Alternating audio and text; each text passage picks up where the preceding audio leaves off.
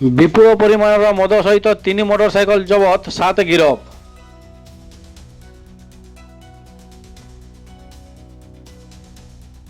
ଭଦ୍ରକ ଅବକାରୀ ଥାନା ଭାରପ୍ରାପ୍ତ ଅଧିକାରୀ ଶ୍ରୀ ଶ୍ରୀକାନ୍ତ ମୁର୍ମୁ ଓ ଷ୍ଟାଫମାନଙ୍କୁ ନେଇ ଗଠିତ ଏକ ସ୍ୱତନ୍ତ୍ର ଟିମ୍ ଦ୍ୱାରା ଭଦ୍ରକ ଟାଉନ୍ ଥାନା, ଭଦ୍ରକ ଗ୍ରାମାଞ୍ଚଳ ଓ ସାବରଙ୍ଗ ଥାନା ଅଞ୍ଚଳରେ ଚଢ଼ା କରାଯାଇ 735 ଲିଟର ଦେଶୀ ମଦ ସହିତ 3ଟି ମୋଟରସାଇକେଲ ଜବତ କରାଯାଇଛି।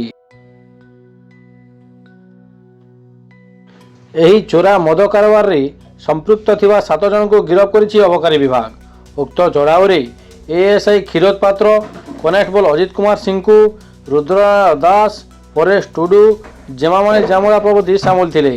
ଏନେଇ ଭଦ୍ରକ ଅବକାରୀ ଥାନା ପକ୍ଷରୁ ଭିନ୍ନ ଭିନ୍ନ ମାମଲା ରୁଜୁ କରାଯାଇଛି।